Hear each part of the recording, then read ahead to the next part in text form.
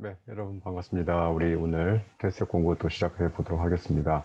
오늘은 그 외환 관련된 이야기인데요. 외환에서 조금 더 들어가서 일명 이제 우리가 교환, 통화의 교환, 금리의 교환, 그래서 스왑에 대해서 배울까 합니다. 스왑은 보통 이제 보고서 같은 경우에는 스와프라는 표현도 쓰거든요. 스와프. 그런데 우리는 발음이 되니까 그냥 스왑 하면 되실 것 같습니다. 그래서 우리가 보통 이제 금리 스왑 같은 경우에는 금리를 교환하는 것이고, 통화 스왑은 뭐 달러와 유로와 원화 이렇게 교환, 이렇게 교환하는 것을 통화 스왑이라고 하는데, 궁극적으로 왜 하냐면, 이유가 뭐냐면 이런 거예요, 여러분들. 과거에 이제 우리나라 외환 위기가 있었거든요. 그 외환 위기 뭐 있었고, 뭐 2008년 글로벌 금융위기도 있었는데, 이런 과정 속에서 각 국가가 보유하고 있는 외환 보유고가 그 충격을, 그 위험을 극복하기 너무 적었죠. 그러니까 한마디로 쉽게 얘기해서 보험을 든다고 생각하시면 돼요. 내가 천이 있고 내 주변국이 천이 있으면 뭐 제가 위험에 빠졌을 때 그 천을 조금 뭐 한 500이라도 한 200이라도 빌려올 수 있다. 그러면 제가 이 외환시장, 금융시장을 운영하는데 제가 가지고 있는 천이 아니라 1200, 1300 운영할 수 있기 때문에 어느 정도 이 어떻게 보면 이제 투기 세력을 하죠. 스페큘레이터, 이 투기 세력들이 저 나라 가지고 있는 외환 보유고가 굉장히 많네. 자신이 가지고 있는 것뿐만 아니라 주변 국가 것들도 빌렸을 수 있으니까. 근데 이런 개념에서 우리가 이제 언제든지 빌렸을 수 있다. 그래서 뭐각 국가가 과거에 이제 우리나라가 뭐 일본하고도 미국하고도 뭐 중국하고도 뭐 지금도 하고 있지만 이렇게 통화 수합을 맺고 있어요. 그러니까 만일 우리나라 금융시장, 만일 일본의 금융시장, 뭐 중국의 금융시장이 충격에 빠졌을 경우에 우리 돈을 좀 빌려줄 수도 있고, 그러니까 빌려올 수도 있고. 어떻게 보면 이제 그 외환 운용에 좀 운신의 폭이 좀 커진다고 볼 수가 있겠죠. 자, 그러면 그 내용에 대해서 간단하게 설명드렸으니까 어떤 문제가 나왔었는지 한번 보도록 하겠습니다. 자, 2022년 5월 3일 날 이제 게시가 됐고요. 실제 나온 문제는 59회 태세에 나왔었고요. 자, 문제가 이렇게 나왔습니다. 아래 나열한 내용이 설명하는 용어는 무엇인가? 자, 외환 유동성 확충, 상대국 통화 교환, 2020년 미국가 600억 달러 체결. 딱 여기까지 읽으시면 그냥 쓱 보시면 오케이. 답은 3번. 그렇죠? 3번. 통화, 그리고 보시면 이제 통화 스와프라고 이제 되어 있는데 그냥 우리는 발음 되니까 통화 스왑이라고 하겠습니다. 스왑, 통화 스왑. 그래서 통화 스왑은 국가와 국가 사이에서, 그죠? 아니면 이제 기업과 기업 사이에서 그 통화를, 그죠? 운영하기 이제 하는 그런 과정 속에서 서로 주고받, 빌려주고 빌려받을 수 있는 이제 그런 거래를 바로 통화 스왑이라고 하죠. 그러면 이제 우리가 이제 문제에서는 이런 시험을 보실 때는 이렇게 3번 딱 체크하시고 가시면 되고, 우리는 이제 연습하는 거니까 과연 통화 동맹, 외환 포지션, 뭐 외환 보유고, 치앙마이 이니셔티브. 자, 통화 동맹으로 한다면 이런 내용이죠.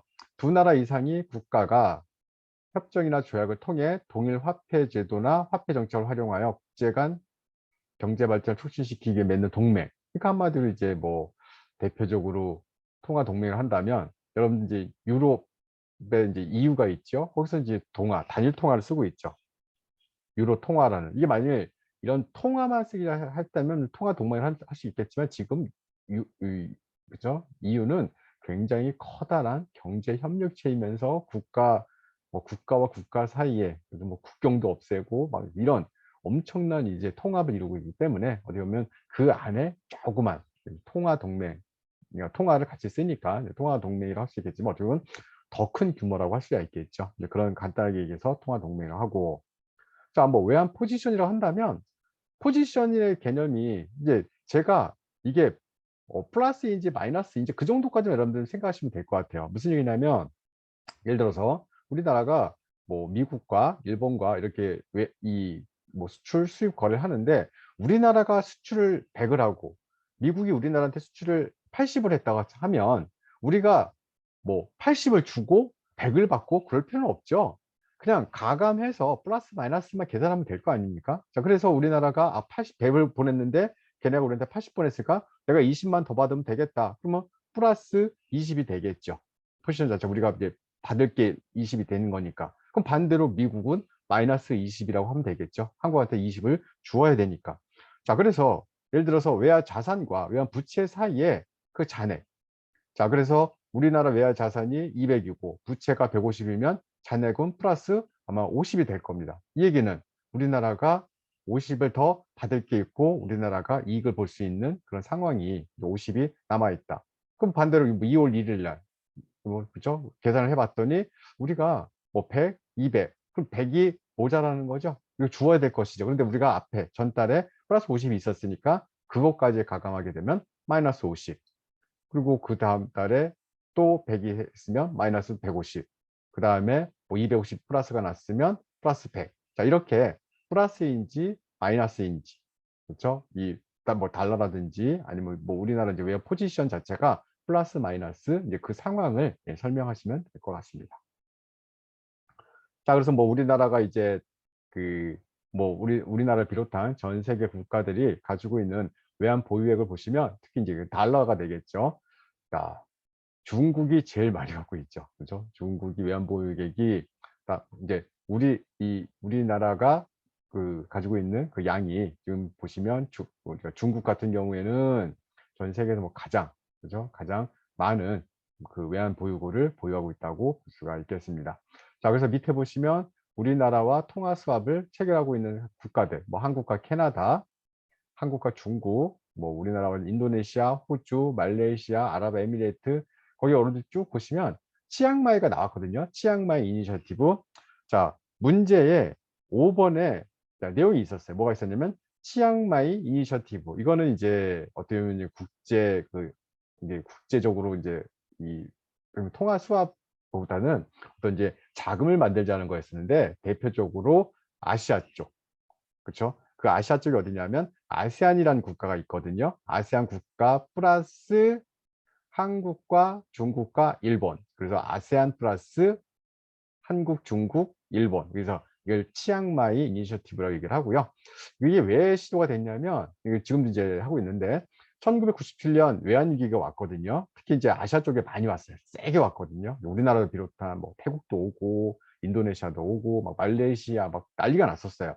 그래서 야, 이게 IMF에게 의존하는 것도 중요하지만 그죠? IMF 힘을 이제 빌리는 것도 중요하지만 우리 자체적으로 아세안에 또는 아시아에 어떤 외환위기가 왔을 때 우리 자체적으로 운영할 수 있는 자금을 한번 만들어 보면 어떻겠니? 이런 개념으로 나온 게 바로 치앙마이 이니셔티브죠. 그래서 1997년 외환위기를 보면서 한국, 중국, 일본, 아세안 5개국, 태국, 말레이시아, 인도네시아, 싱가포르, 그다음에 필리핀 이 5개 나라가 합쳐져서 이제 한번 으쌰으쌰해서 만들어 보자.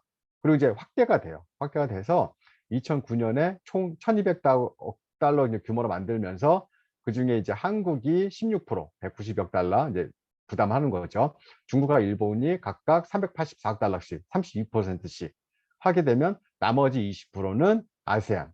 지금 이제 10개국으로 좀 늘어났거든요. 뭐 브루나이라든지 미얀마, 캄보디아, 라오스, 베트남까지. 그러니까 앞에 태국, 말레이시아, 인도네시아, 싱가포르, 필리핀, 브루나이, 미얀마, 캄보디아, 라오스, 베트남. 이렇게 해서 이 나라들이 이제 이 치앙마이 이 회담을 중심으로 해서 아세안에 그렇죠? 외환 보유고를 한번 만들어 보자. 그런 개념으로 만든 게 바로 치앙마이 이니셔티브라고 말씀드릴 수가 있고요.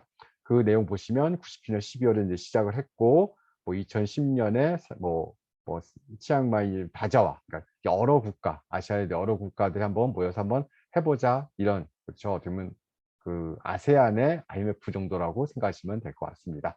자, 그래서 뭐 치앙마이 다자와 자금 지원은 뭐 거기에서 뭐 동양 뭐 그렇죠 그래서 어떤 자금을 빌려주고 뭐 빌려받는지 그런 개념이라고 볼 수가 있고요. 그래서 다시 이제 문제를 보시면 문제는 굉장히 쉬웠어요.